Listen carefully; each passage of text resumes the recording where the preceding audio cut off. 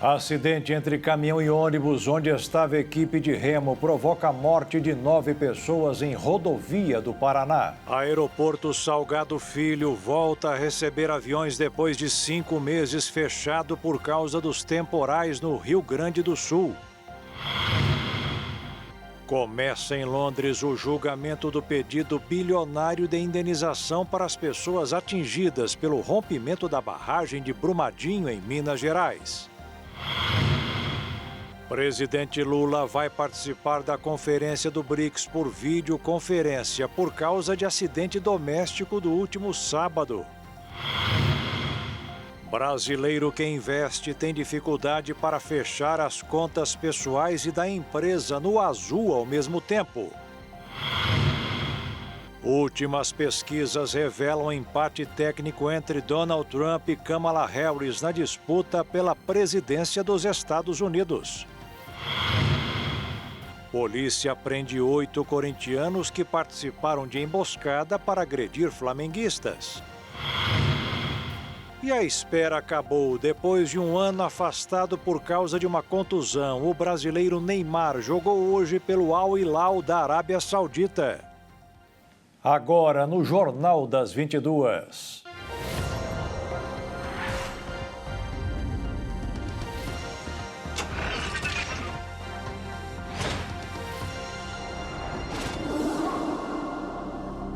Olá, boa noite. 8 integrantes de uma equipe de remo e o motorista de uma van morreram após um acidente no Paraná. Todos voltavam com medalhas conquistadas em um campeonato quando uma carreta tombou sobre o veículo que levava os atletas. Um acidente na noite deste domingo na BR-376, em Guaratuba, no Paraná, causou a morte de 9 pessoas. 7 são adolescentes do projeto Remar para o Futuro, uma equipe de remo da cidade de Pelotas, no Rio Grande do Sul.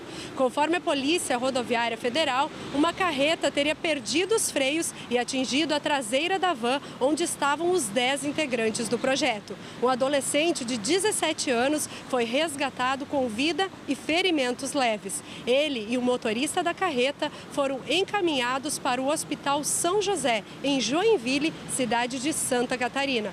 O grupo estava voltando do Campeonato Brasileiro de Remo, em São Paulo, onde haviam conquistado 7 medalhas. Depois de mais de 5 meses, o aeroporto Salgado Filho, no Rio Grande do Sul, voltou a receber voos comerciais. Os embarques e desembarques de aeronaves que haviam sido cancelados desde 3 de maio foram retomados hoje de manhã.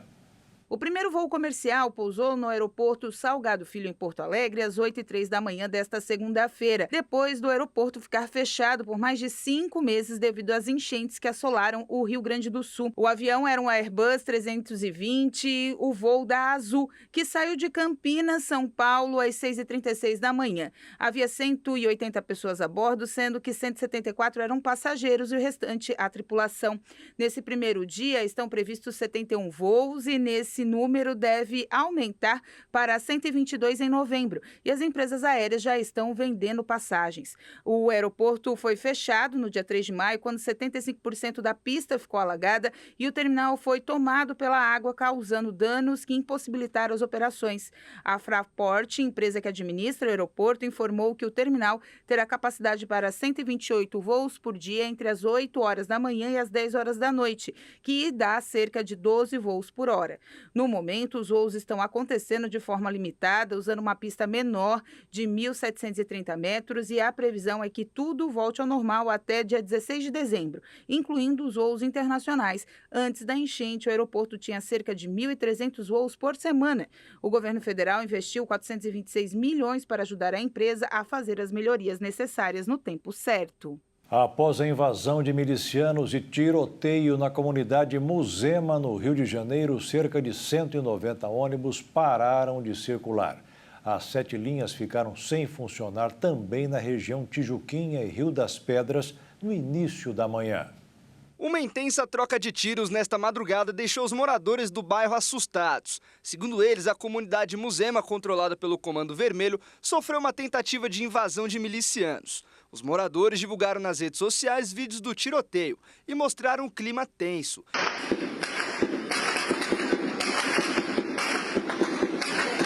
traficantes do Comando Vermelho e milicianos estão em disputa pelo domínio da comunidade. No sábado, as câmeras de segurança registraram quando alguns homens vestidos de preto chegaram na região no início da manhã. Cerca de 30 homens estavam armados com fuzis e pistolas. Os criminosos invadiram pelo menos 2 ônibus, pegaram as chaves e roubaram os passageiros. Uma moradora foi baleada durante o confronto. Ela estava na porta de casa quando foi atingida. Alguns moradores afirmaram que o grupo invadiu comércios e roubou dinheiro e alimentos. De acordo com o Rio Ônibus, Sindicato das Empresas de Ônibus do Estado, a situação foi normalizada às 8h20 da manhã. Mas, infelizmente, os ônibus precisaram sofrer alguns desvios. A Polícia Militar informou que intensificou o patrulhamento na Muzema e continua atuando na localidade. Na semana passada, 9 ônibus foram sequestrados por criminosos na Muzema e usados como barricadas. O objetivo era impedir a ação da polícia em uma operação na Tijuquinha. Já na zona norte do Rio, no Morro dos Macacos, em Vila Isabel, a Polícia Militar prendeu um chefe do tráfico de drogas. O criminoso Misael Ferreira de Oliveira, conhecido como Misa, era foragido da justiça e possui 9 anotações criminais. Os moradores do local relataram uma intensa troca de tiros e a Secretaria Municipal de Educação informou que 7 unidades escolares foram impactadas pela operação policial. O Morro dos Macacos também é palco de disputa territorial entre o Comando Vermelho e outra facção criminosa, o 3º Comando da capital. Uma iniciativa em Campo Grande, no Mato Grosso do Sul, garante aos encarcerados uma chance de recomeço no Centro Penal Agroindustrial da Gameleira. A cada ano de trabalho dedicado ao cultivo de hortaliças, a pena de prisão é reduzida em 100 dias. Berinjela, quiabo, alface e cebolinha. Cada uma dessas hortaliças foram cultivadas pelos detentos. E um deles foi o Josuel. Ele foi condenado a 12 anos de prisão, mas há 7 meses tem trabalhado na horta do Centro Penal Agroindustrial da Gameleira de regime semiaberto em Campo Grande. Aqui tem uma aprendizagem mais que eu posso adquirir aqui dentro. Levar lá para fora para minha família, plantar as frutas na chácara, no sítio, ensinar meus amigos como se planta, como se colhe. Isso que é o meu interesse aqui. Se esforço o máximo aqui para aprender. A primeira vez que estou trabalhando na horta, né?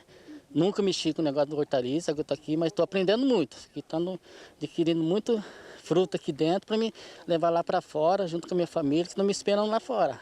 O projeto foi implementado há mais de 1 ano e tem sido utilizado como uma ferramenta de ressocialização dos presos. A iniciativa se consolidou como uma referência no país. Todo o trabalho é importante para o interno, porque melhora muito a disciplina dele. Quando o interno verifica que realmente a LEP, a Lei de Execução Penal, está sendo cumprida e ele está sendo beneficiado, o comportamento dele torna-se de excelência. E ele vê uma possibilidade de, quando ele sair daqui, arrumar um trabalho digno na rua. Então, eu sempre falo que nós somos pessoas, nossa equipe, nós temos que pensar como transformadores. Nós temos que receber esse interno de uma maneira e lapidar esse interno, devolvê-lo à sociedade de uma maneira muito melhor para que ele possa sobreviver na rua dignamente. Em troca do trabalho na horta, os detentos têm a pena reduzida. Então, 1 ano de dedicação ao cultivo diminui até 104 dias da sentença. Além disso, cada um deles recebe um salário mínimo que pode ser usado para ajudar no sustento da família. O projeto ocupa cerca de 3 hectares, com mais de 20 culturas diferentes. Com o apoio do Senar de Mato Grosso do Sul, oferece cursos sobre práticas de cultivo aos presos e também presta assistência na horta. 2 a 3 meses, um curso diferente levado para a Horta da Esperança, para que possa capacitar o pessoal que está operando a horta. E a visita do técnico ela ocorre mensalmente, com uma visita de um período para que o técnico possa dar as orientações técnicas e tirar as dúvidas do pessoal que opera a horta lá, para que eles possam estar melhorando a qualidade dos produtos, que eles vão estar depois entregando nas escolas, né? Até o momento foram produzidas 57 toneladas de hortaliças, sendo 12% desse volume doado a escolas públicas. 50 toneladas nós fizemos a venda para a empresa de alimentação, que fornece alimentação para nós e para os internos. E 7 toneladas nós fizemos doação para as escolas, que faz parte do projeto do Revitalizando a Educação com Liberdade. Josuel conclui a pena no próximo ano e o aprendizado que adquiriu durante esse período será levado para a vida. Cada um tem o seu interesse, então eu pego e vou se esforçando, vou aprendendo, peço para me ensinar E nisso estou levando minha caminhada aí, graças a Deus. Esse serviço é essencial, trabalhar certinho, não fazer as coisas erradas. Errante a gente somos, falhos somos, mas consertar diante desse lugar aqui, sair daqui de cabeça erguida, junto com a nossa família. E veja a seguir, presidente Lula vai participar da conferência do BRICS por videoconferência por causa de acidente doméstico do último sábado. E brasileiro que investe tem dificuldade para fechar as contas pessoais e da empresa no azul ao mesmo tempo.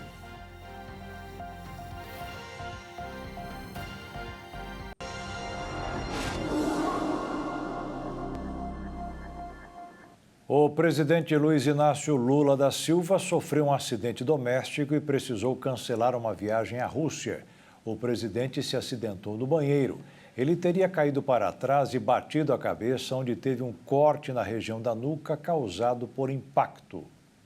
O presidente Lula iria viajar para Kazan, na Rússia, para uma reunião na cúpula de líderes do BRICS, bloco de países emergentes do qual o Brasil faz parte. A cúpula do BRICS seria o primeiro encontro entre Vladimir Putin e o presidente neste terceiro mandato, já que o presidente russo esteve ausente da cúpula anterior na África do Sul por conta da ordem de prisão emitida pelo Tribunal Penal Internacional pela deportação de crianças ucranianas. De acordo com o Hospital Sírio-Libanês, o presidente foi atendido em Brasília no sábado, após um acidente doméstico com ferimento curto contuso em região occipital, ou seja, ele teve um forte trauma na parte de trás da cabeça, onde teve pontos de hematomas.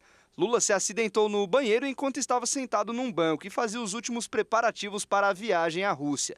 Ele teria caído para trás e batido a cabeça.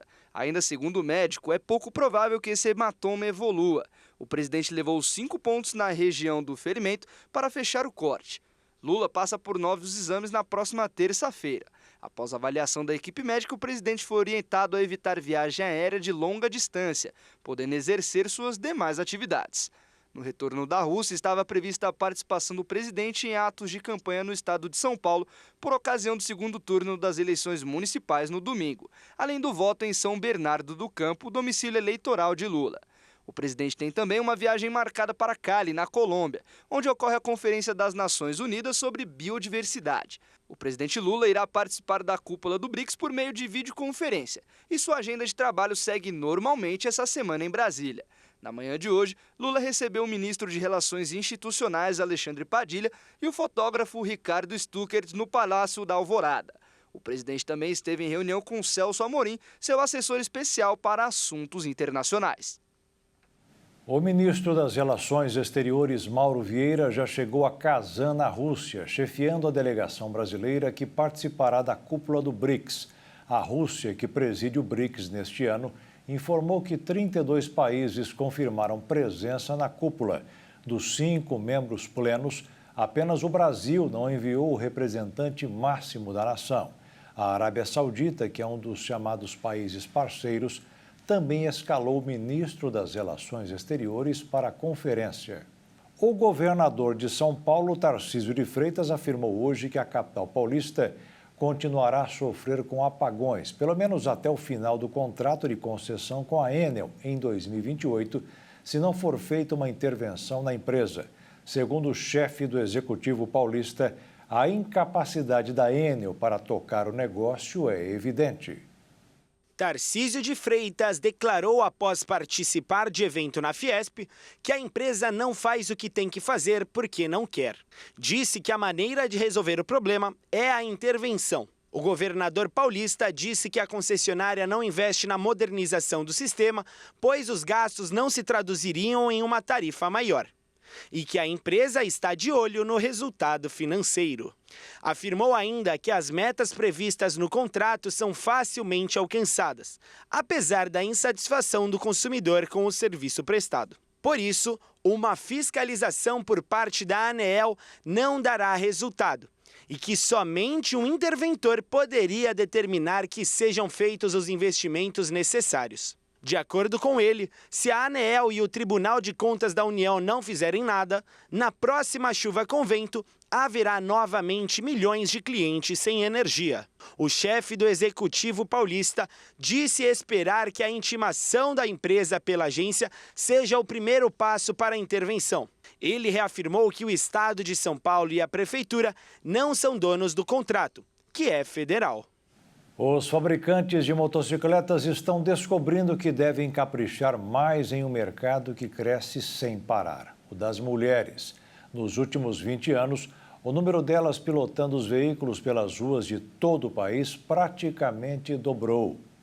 Muitas por trabalho, outras por prazer. De acordo com a Secretaria Nacional de Trânsito, Senatran, um levantamento feito no mês de setembro mostrou que o número de mulheres donas de motos praticamente dobrou nos últimos 20 anos. Hoje o país há registrados 34,2 milhões de motos, nas quais 28,4% têm mulheres como suas proprietárias. Ainda que representem menos de um terço da frota, o número é 78,5% maior que o registrado nos anos 2000, onde o público feminino era de apenas 15,9% dos proprietários de veículos em duas rodas. O número de habilitações também cresceu. As mulheres passaram de 6,4 milhões de habilitadas na categoria A ou AB para 9,8 milhões entre 2014 e 2024. Os dados de 2024 vão de janeiro a agosto. Quem administra as contas de casa e de uma empresa ou microempreendimento tem várias dificuldades para chegar no fim do mês com tudo no azul.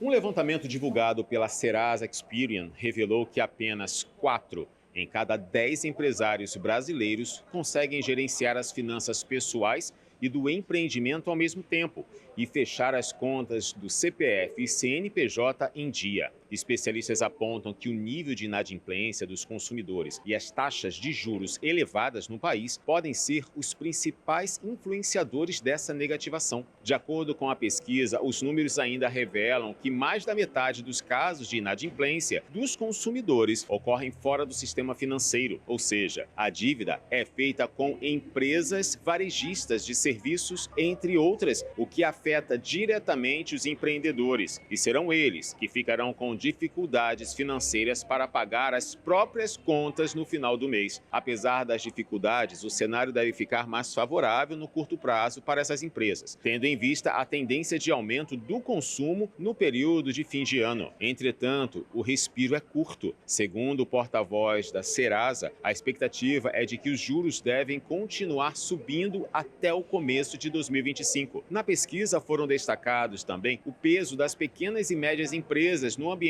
econômico, que atualmente representa uma fatia de 30% do produto interno bruto do Brasil, e a relação entre saúde financeira das empresas e as idades delas. Esse dado aponta menos de 38% das empresas que já passaram dos 20 anos de existência e não estão mais negativadas ou com os donos negativados. Especialistas da Serasa Experian ainda explicaram que, em muitos casos de endividamento, empresários se negativam no começo de um negócio para aportar seu próprio capital no empreendimento. Por isso, muitas vezes, as contas podem estar no vermelho, enquanto da empresa, não.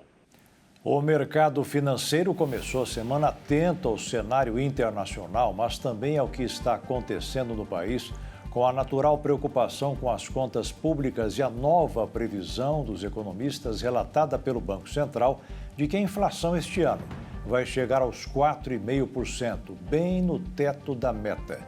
As cotações oscilaram bastante hoje para, no final, o dólar sofrer uma ligeira queda e fechar o dia cotado em R$ 5,69 para a venda. A Bolsa de Valores também terminou o pregão com uma pequena queda, aos 130.362 pontos. Os estudantes do Instituto Federal de Mato Grosso do Sul vão participar da maior feira de ciência e tecnologia da América Latina, no Rio Grande do Sul, que também contará com a participação de representantes de outros países. A novidade que levarão até lá será um projeto na área da sustentabilidade com pigmentos de tintas alternativas. A 39ª Mostratec, Mostra Internacional de Ciência e Tecnologia, tem início amanhã em Novo Hamburgo, no Rio Grande do Sul. Essa é a maior feira de ciência e tecnologia da América Latina e vai contar com representantes de 12 países e de 21 estados brasileiros. 13 trabalhos do Mato Grosso do Sul vão ser apresentados. Alunas do Instituto Federal de Mato Grosso do Sul, campus de Dourados, vão representar o estado na área de sustentabilidade, estudando pigmentos de tintas alternativas. Iniciou-se primeiramente para fazer artes plásticas, né, pinturas, né, usando flores, caules, folhas de plantas que nós temos na nossa região. E aí começou a crescer. Às vezes um projeto desse pode nascer um grande cientista que pode revolucionar o nosso país, né, e investir em tecnologia. No total, serão apresentados 795 projetos de estudantes do ensino médio e técnico, do ensino fundamental e da educação infantil. Além da mostra, ocorrerá também a Mostra Tec Júnior, o Seminário Internacional de Educação Tecnológica e o Desafio de Robótica Mostra Tec Ato. Além do Brasil, participam os estudantes dos países da Argentina, Colômbia, Dinamarca, México, Paraguai, Peru, Portugal, Suíça, Taiwan, Tunísia e Ucrânia. Para ter direito a esta participação, as alunas apresentaram projetos na Feira de Ciência e Tecnologia da Grande Dourados, que envolve fase de classificação para a feira. E isso para nós é muito importante para a divulgação da ciência, né? É um projeto que dá para ser usado no nível fundamental, numa escola pública, que são materiais de baixo custo, que não oferecem perigo de toxicidade, né?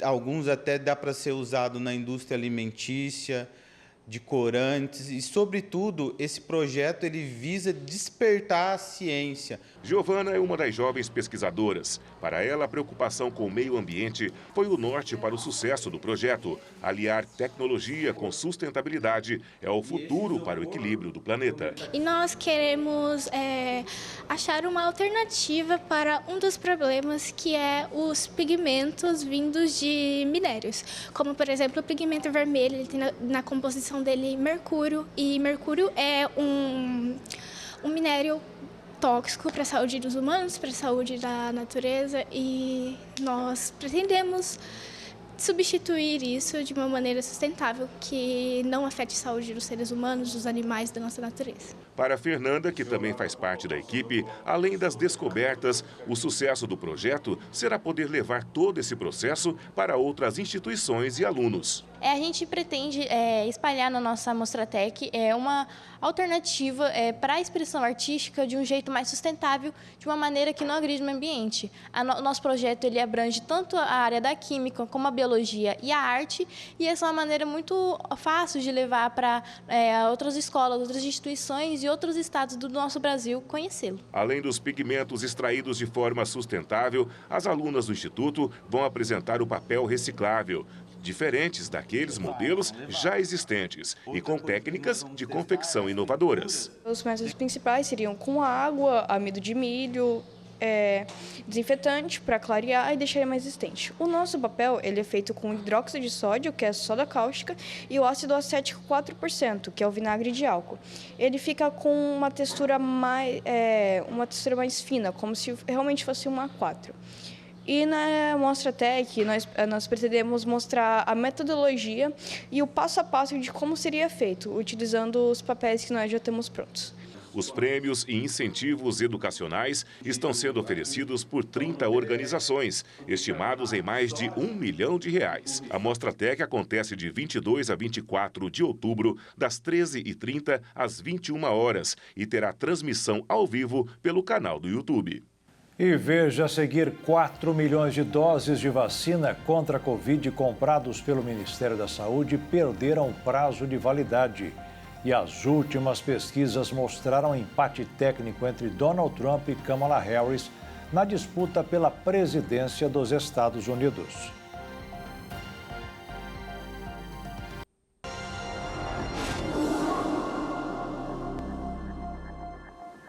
Os golpes e as fraudes popularmente usadas contra bancos mudaram de endereço. As principais vítimas agora, segundo uma pesquisa da Serasa, são os apostadores em sites de apostas.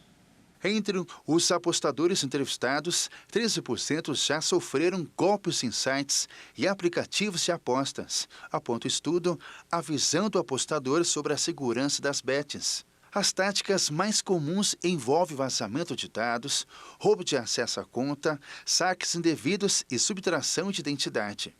Apesar de a maioria afirmar que nunca foi vítima de ações criminosas, 39% afirmam que conhece alguém que sofreu algum tipo de ataque. Os principais golpes sofridos em bet são vazamento de dados cadastrais, 28%, acesso irregular à conta sem movimentação de saldo, 21%, vazamento de dados financeiros que podem ser usados em outros sites e aplicativos, 20%. Alguém criou uma conta no meu nome, 19%. Fraude na minha conta, alguém conseguiu acessar a minha conta e senha, 17%. Entre outros golpes não especificados, 7%. De acordo com a Serasa, a maior parte das vítimas perderam entre R$ 101 a R$ 300 em golpes, enquanto apenas 4% tiveram prejuízos acima de R$ 20 mil. Mais de 4 milhões de doses de vacina contra a Covid perderam prazo de validade. Com isso, o Ministério da Saúde reconheceu que os estados e municípios têm poucas vacinas, principalmente do modelo destinado ao público infantil. Sem opção de imunizantes de outras marcas, a pasta comandada pela ministra da Saúde, Nízia Trindade, reduziu a entrega das doses nos últimos meses. Atualmente, todas as unidades estocadas estão vencidas e a saúde reconhece que os estados e municípios têm poucas vacinas, principalmente do modelo destinado ao público infantil. Os lotes perdidos são parte de um contrato de mais de 12 milhões de vacinas da Moderna, adaptadas à variante XBB, assinado por 725 milhões. O Ministério conseguiu repassar aos estados 8,26 milhões de unidades dessa compra, enquanto cerca de 4,2 milhões de vacinas travaram no estoque. A Moderna já recolheu 1,2 milhão de unidades que estavam com o Ministério para trocar por doses com validade mais longa. Documentos internos da saúde apontam que cerca de 3 milhões de vacinas restantes, todas vencidas, devem ser substituídas em dezembro deste ano por um modelo mais atual da farmacêutica,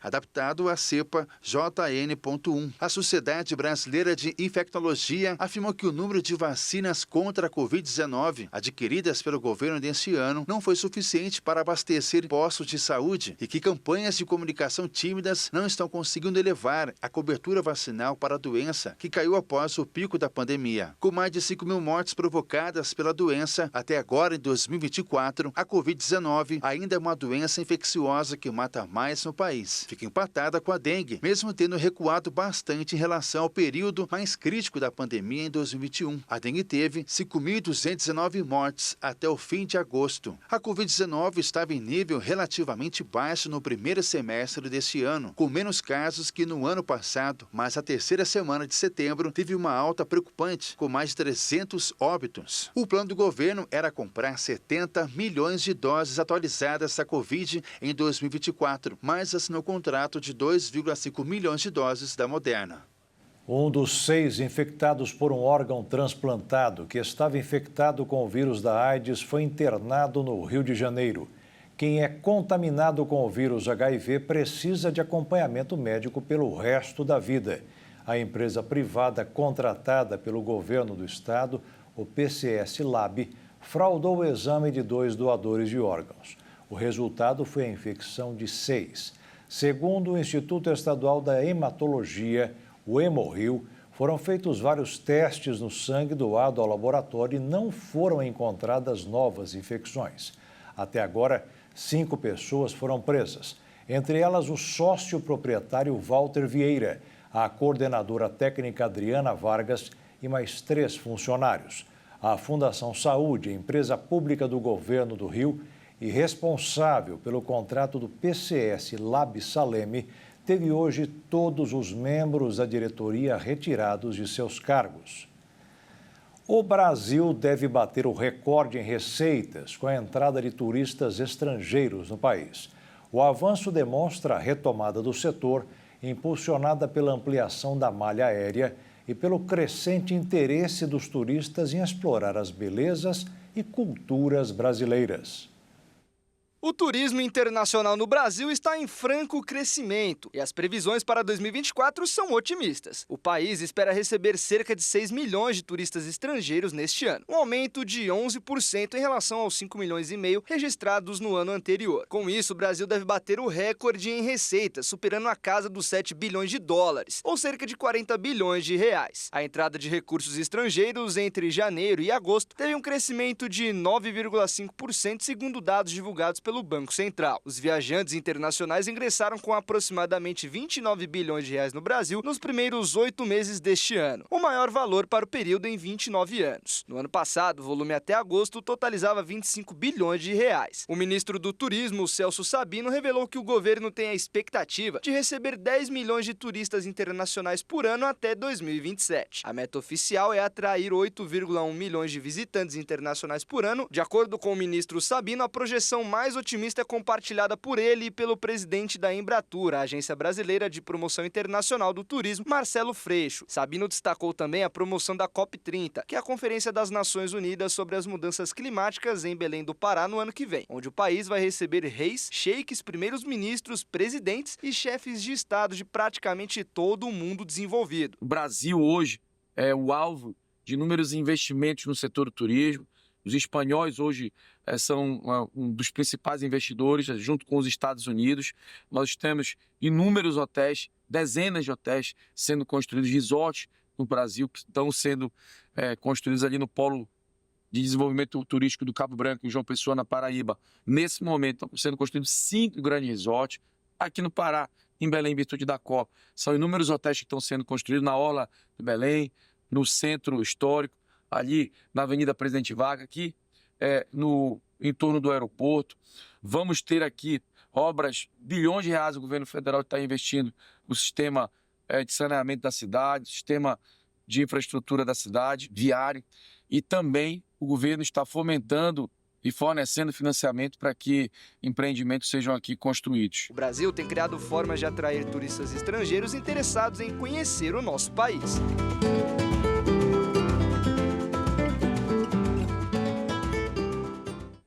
A campanha para as eleições nos Estados Unidos, marcada para o dia 5 de novembro, está a todo vapor. As últimas pesquisas divulgadas recentemente mostram um empate técnico entre a vice-presidente Kamala Harris e o ex-presidente Donald Trump. Os resultados da nova pesquisa mostram mudanças entre o grupo de eleitores indecisos, comparados à realizada no primeiro semestre. Cerca de 75% dos eleitores dos swing states dizem que votarão em Kamala ou Trump. No primeiro semestre, apenas 58% dos eleitores haviam decidido em quem votar. Os indecisos passaram de 42% para 26%. Entre os indecisos, 43% dos jovens de 18 a 25 anos não escolheram um candidato, uma parcela maior do que qualquer outra faixa etária. Os eleitores não brancos também são mais indecisos que os brancos, com 34% da parcela não branca, indecisa contra 23% dos brancos. Donald Trump aparece com mais força no Arizona, onde tem uma vantagem de 6 pontos percentuais com relação a Kamala Harris, entre os eleitores que disseram que com certeza votarão. Considerando prováveis eleitores, a vantagem cai para 3. Os dois ficam em empate técnico, com a margem de erro de 5% para mais ou para menos. Na Carolina do Norte, Kamala e Trump aparecem empatados tecnicamente. Considerando a margem de erro de 3,9%, a democrata tem 47%, ante 50% do republicano. O resultado repete uma pesquisa anterior, do Washington Post, realizada em setembro, mas contraria uma pesquisa recente da Quinnipiac, que põe a vice-presidente numericamente à frente. Kamala Harris aparece com mais força na Geórgia, onde tem uma vantagem de 6 pontos percentuais entre eleitores que irão às urnas. A democrata também aparece levemente à frente de Trump em Michigan, Pensilvânia e Wisconsin. No 7º estado-chave, Nevada, Kamala e Trump aparecem estar empatados no cenário com os indecisos prováveis eleitores. Entre os que decidiram o voto, Kamala tem 3 pontos a mais que Trump. Dos 50 estados americanos, 47 oferecem aos seus cidadãos a opção do voto antecipado. Geórgia, Carolina do Norte e Michigan, 3 estados pêndulo nas eleições americanas, deram início à votação presencial antecipada na semana passada. Os candidatos democrata e republicano sabem a importância do estado do Michigan em uma eleição tão polarizada como essa de 2024. Apesar de o estado ser tradicionalmente de muralha azul, é um dos que podem mudar o mapa eleitoral. Embora o estado tenha escolhido Joe Biden com cerca de 154 mil votos em 2020, também proporcionou a Donald Trump uma vitória histórica ao derrotar Hillary Clinton por menos de 11 mil votos, quebrando uma série de vitórias democratas desde 1992. Os comícios da vice-presidente, Kamala Harris, e de Donald Trump foram intensificados no estado no último fim de semana para tentar conquistar os votos, principalmente dos indecisos. A votação antecipada na Carolina do Norte, outro estado importante nas disputas presidenciais nos Estados Unidos, foi iniciada na semana passada e bateu um recorde de votantes em comparação com 2020. Por lá, o número de pessoas que votaram até agora superou o da eleição anterior. A capital da Ucrânia, Kiev, foi atacada pela segunda vez pela Rússia. Os drones foram utilizados para realizar os ataques aéreos. Uma pessoa morreu e 14 ficaram feridas. Segundo o exército ucraniano, 59 dos 116 drones russos foram abatidos, mas os que resistiram danificaram várias regiões da capital ucraniana durante mais de 5 horas. Outro ataque no leste da Ucrânia provocou ferimentos em 5 pessoas. Prédios, lojas, uma agência de correio e uma farmácia foram totalmente danificadas. A ação começou no domingo à noite, quando 12 pessoas ficaram feridas em Kharkiv, região oriental da Ucrânia, que faz fronteira com a Rússia. E muitos acabam não sobrevivendo por causa da falta de abrigos na região. E veja a seguir, começa em Londres o julgamento do pedido bilionário de indenização para as pessoas atingidas pelo rompimento da barragem de Brumadinho, em Minas Gerais. E a espera acabou. Depois de um ano afastado por causa de uma contusão, o brasileiro Neymar jogou hoje pelo Al Hilal da Arábia Saudita.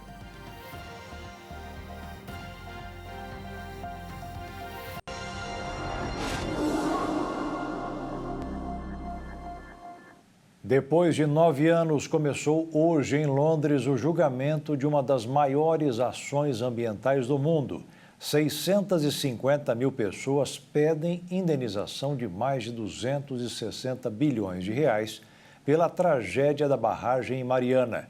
A brasileira Vale do Rio Doce já reconheceu sua responsabilidade, mas a australiana BHP acha que não deve nada. 5 de novembro de 2015.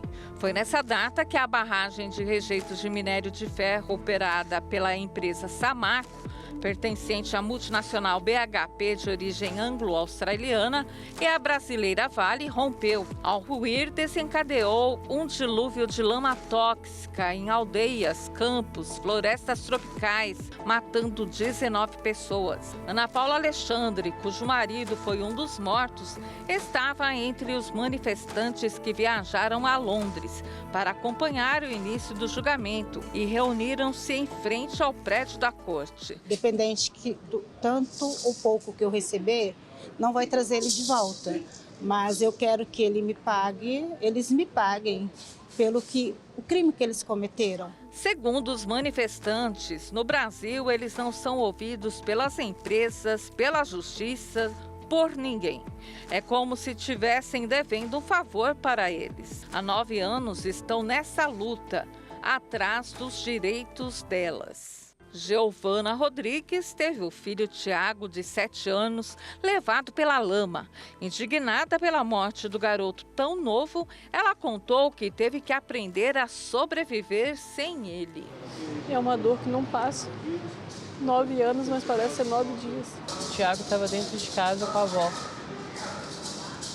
E quando eu soube, já tentei entrar em contato, mas já não tive mais resposta.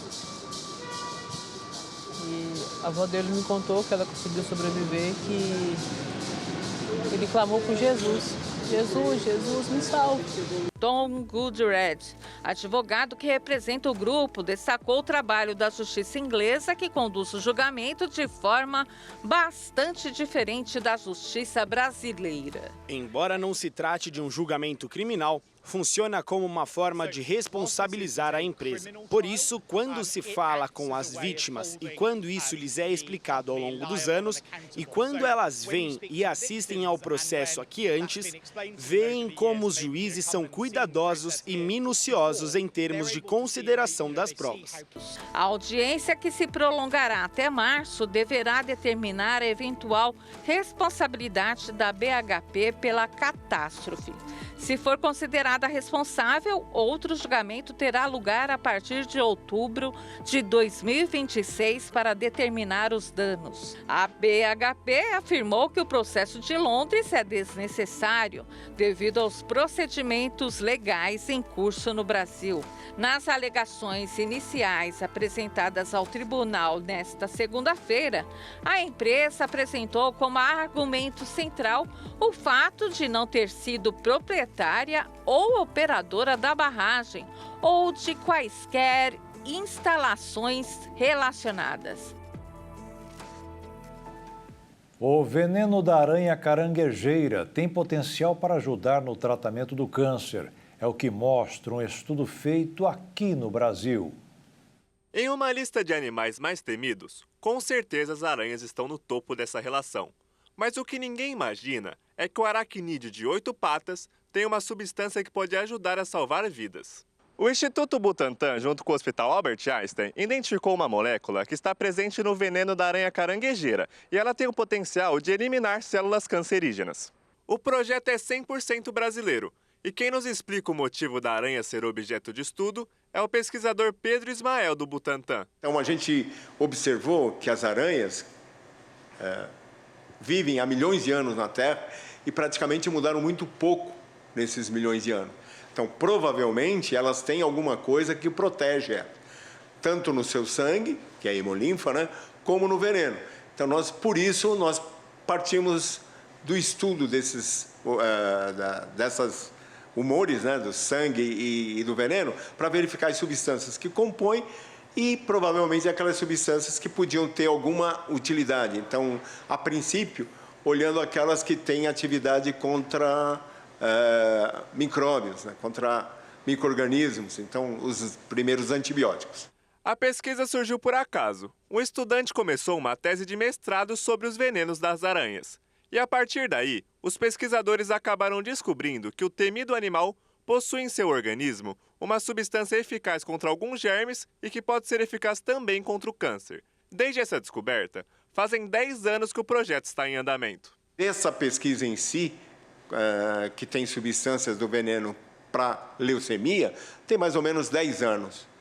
E ela começou com o estudo de um aluno que foi fazer doutorado, e ele ia estudar os componentes do veneno dessa aranha. E nós vimos que um dos componentes tinha uma atividade significativa, uma atividade antimicrobiana. E daí a gente foi testar também como atividade contra células tumorais. E vimos que ela tinha uma atividade antileucêmica. O estudo vem avançando em um bom ritmo. O próximo e mais importante passo será a realização de testes com seres vivos, como camundongos e porcos. Nós fizemos tudo isso em laboratório. Agora, nós precisamos trabalhar essas moléculas, estudar essas moléculas em organismos vivos. Então, em ratos, camundongos, porcos, para depois, se tiver certeza que elas são realmente não tóxicas, não fazem mal a nenhum órgão do nosso organismo, testar também em ser humano, mas é assim, o mais breve possível. Nós temos interesse de que isso vire um produto na farmácia e possa atenuar os problemas da leucemia. O que todo mundo espera é a fase em que ela finalmente será testada em seres humanos. E aí, então, poderemos ver o superpoder da aranha se manifestar, como no cinema.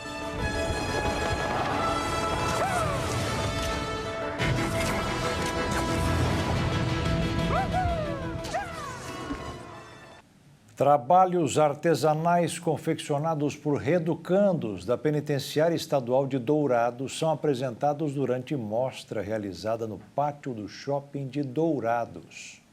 O cuidado em cada detalhe impressiona. Todas essas peças, tanto de tricô como crochê e até mesmo pinturas em tela e madeira, foram produzidas por reeducandos do sistema prisional, que cumprem pena na PED, Penitenciária Estadual de Dourados.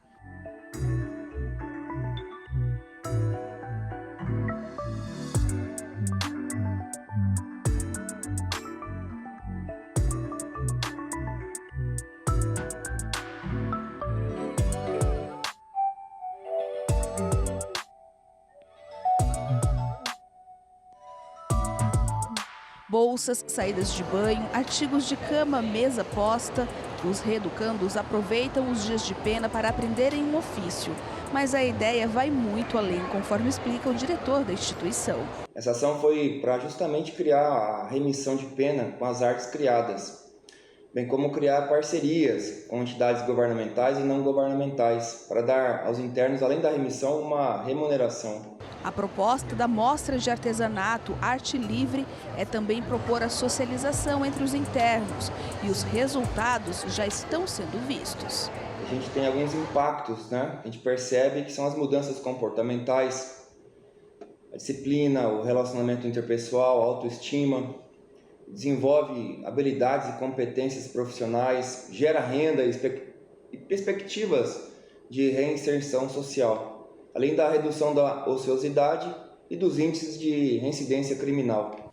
A polícia prendeu hoje 8 corintianos que organizaram uma emboscada para atacar torcedores do Flamengo que vieram a São Paulo para o jogo pela semifinal da Copa do Brasil. O ataque aconteceu na rodovia Presidente Dutra. Momentos antes da bola rolar para Corinthians e Flamengo pela Copa do Brasil, cenas lamentáveis de muita confusão aconteceram no caminho para o estádio. Os ônibus da torcida do Flamengo, que se dirigiam à Neoquímica, foram atacados em uma emboscada por alguns torcedores corintianos na rodovia Presidente Dutra, em Guarulhos. Segundo a Secretaria de Segurança Pública, 8 homens da torcida do Corinthians foram presos. Foram atingidos, além dos ônibus, mais 7 veículos que estavam por perto. A polícia também informou que 2 policiais e um torcedor do Flamengo ficaram feridos. Além de pedras e paus, os torcedores do Corinthians também fizeram uso de rojões nos ataques, o que ocasionou muito tumulto e fechamento da rodovia por alguns minutos.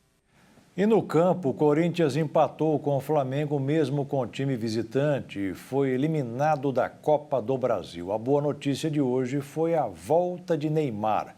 O craque brasileiro conseguiu se recuperar de uma lesão no joelho esquerdo, que ele sofreu no dia 17 de outubro do ano passado, durante um jogo entre Brasil e Uruguai, pelas eliminatórias da Copa do Mundo. Olha lá como foi. Além de uma operação, Neymar passou por várias sessões de fisioterapia e treinos, até que hoje, durante a partida entre Al Hilal e Al Ain, pela Liga dos Campeões da Ásia, ele entrou aos 31 minutos do segundo tempo. O placar já estava em 5-3 para o Al Hilal, o time de Neymar. Logo no primeiro lance, Neymar quase marcou o seu, mas se não fosse a boa defesa do goleiro adversário. Neymar ficou 29 minutos em campo, que renderam muitas manifestações de apoio nas redes sociais. Olha o craque aí, batendo de canhota. E como não poderia deixar de ser, já surgiram manifestações de brasileiros querendo saber se Neymar já está pronto para ser convocado para retornar à seleção. O próximo jogo pelas eliminatórias contra a Venezuela está marcado para o dia 14 de novembro. Talvez dê para estar em forma. E o Jornal das 22 termina aqui. Uma boa noite para você e fique na paz. Tchau.